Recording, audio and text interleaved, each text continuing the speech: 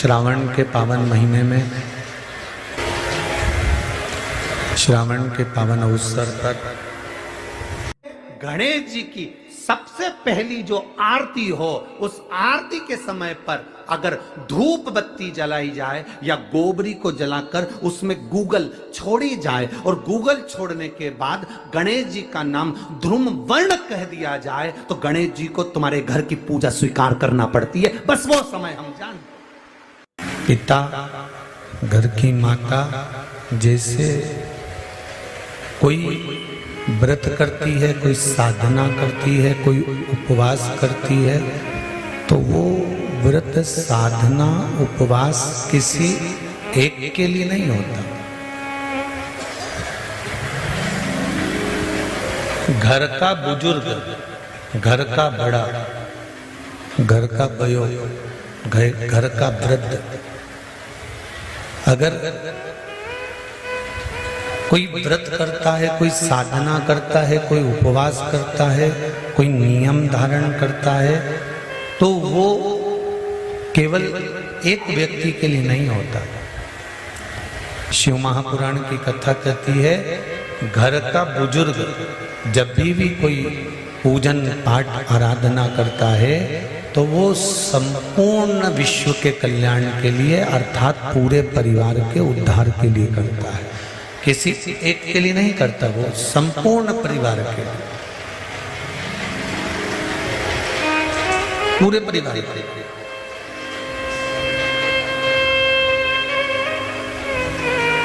आप अगर पशुपति व्रत कर रहे हो, माना आपने किसी एक लक्ष्य को मानकर कर पशुपति व्रत करा आपने, कोई एक लक्ष्य मानकर कि मुझे नौकरी के लिए करना है, कि मुझे संतान के लिए करना है, कि मुझे घर के लिए करना है, कि मुझे परिवार के लिए करना है, आपने एक लक्ष्य मान लिया। पर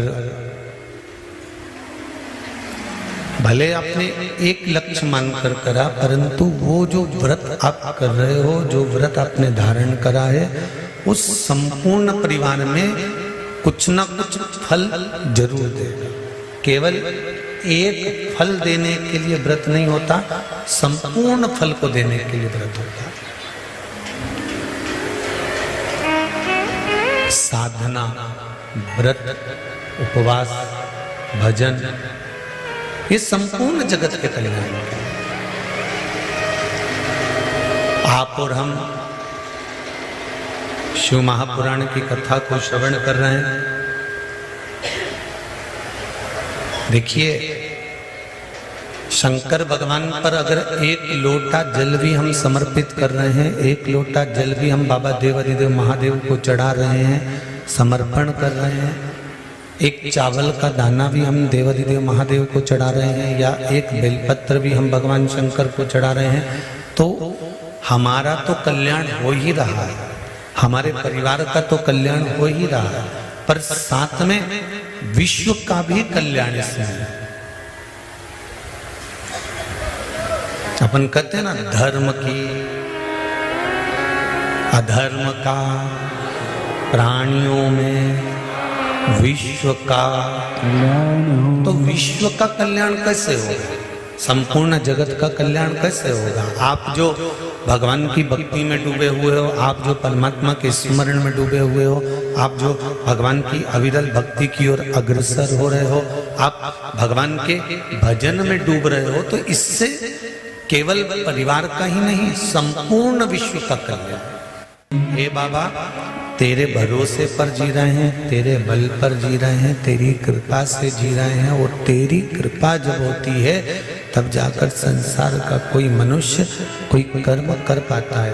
आवाज ठीक नहीं आ रही है, फटेरे बांस की तरह आ रही है। देख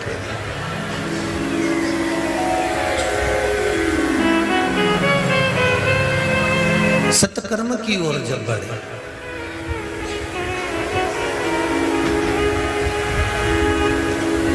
और जब सत्कर्म की ओर हम बढ़ते हैं, भगवान की अविरल भक्ति की ओर जब हम बढ़ते हैं,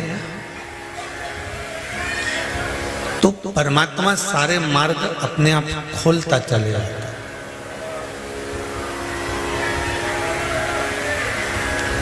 जितने मार्ग हमारे बंद हैं, आपको एक बात कही थी, आप लोगों के स्मरण में होगी, पहले की कथाओं में कहा कि मंदिर में झाड़ू लगा देने से मंदिर का जो निर्माल्य है, निर्माल्य मतलब जो भगवान पे चढ़े हुए फूल पत्ती सामग्री है, इनको उठाकर विसर्जन में रख देने से या कहीं ले जाकर विसर्जन कर देने से, या मंदिर में थोड़ा सा भी जीवन में कोई फैलारा पड़ा हुआ है, कोई कचरा पड़ा हुआ है, कोई सामग्री पड़ी है, उसको उठाकर रख देने से हमारे जीवन में अगर कोई बोझ है, हमारी जिंदगी में अगर कोई दुख पहाड़ जैसा टूट रहा है, तो वो दुख अपने आप टल जाए, अपने आप। उस दुख को टालने के लिए कहीं नहीं जाना, वो दुख अपने आप टल जाए। एक बात और स्मरण में रहे,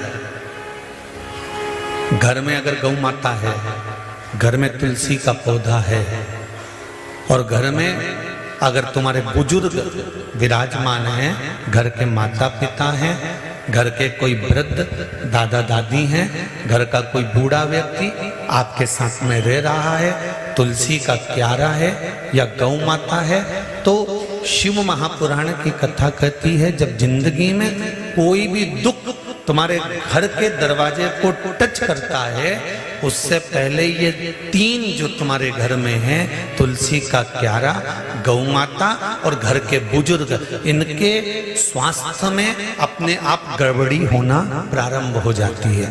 किस किस में? तुलसी का क्यारा मुरझाने लगेगा, तुलसी सूखने लगेगी, कितनी भी बारिश हो थोड़े दिन अच्छी रहेगी, फिर वापस मुरझा जाएगी। 4 महीना सावन भादो कुमार कार्तिक तो अच्छी रहेगी, फिर वापस वो मुरझा जाएगी। मतलब जरूर घर में कुछ ना कुछ दुख आने वाला।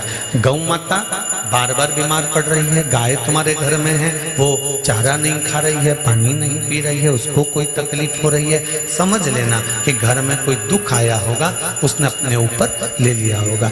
घर के बुजुर्ग, घर के माता पिता, घर के बयो, घर के वृद्ध, ये जो घर में जो बड़े होते हैं ना, ये दिन भर बैठकर टीवी के सामने भले शिव पुराण सुनते हो, भजन करते हो, कीर्तन करते हो, मंत्रमाला करते हो, तो घर के बच्चों का, घर के बेटा बेटी का, घर के परिवार के व्यक्ति का सारा दुख ये अपने माथे पर ले लेते हैं। जब घर का बुजुर्ग गौ माता और तुलसी का पौधा ये अपने मस्तक पर सारा दुख ले लेते हैं, तो हमारे घर का, इस पृथ्वी का बयो वृद्ध बड़ा है कौन? क्योंकि जितने भी देव हैं वो केवल देव हैं। देवताओं का भी घर का अगर कोई बड़ा है तो वो महादेव है। तो हमारे जीवन में अगर दुख आता है, तो अगर सिर पर झेलता है तो मेरा महादेव जी।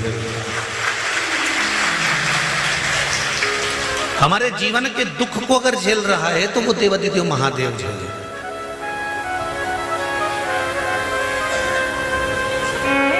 एक पत्र आया है, देखिए।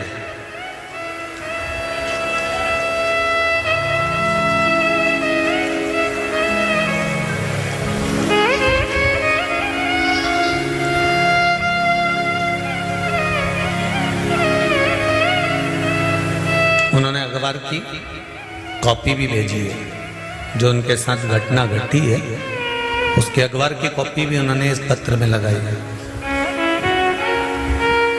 गुरुजी, मैं सुनील मिश्रा, नर्मदा नगर ग्राम जिला खंडवा का रहने वाला हूँ।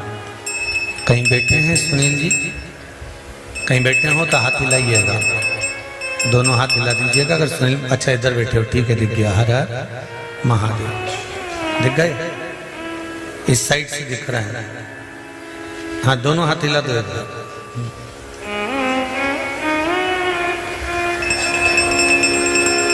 तीसरा नंबर के गेट के बाहर। मैं सुनील मिश्रा, नर्मदा नगर ग्राम जिला खंडवा का रहने वाला हूँ। गुरुजी, बाबा भोलेनाथ ने मुझे और मेरे परिवार को जो दिया है, उसे मैं अपने मुख से क्या बोलूं। इसलिए पूरे परिवार के साथ बाबा कुबेर भंडारी को दंडवत करने आया हूं। आपका परिवार आया है सुनील जी? सब लोग बैठे हैं यहीं पर जी, जहां भी बैठे हैं उनको भी बहुत बहुत साधुवाद।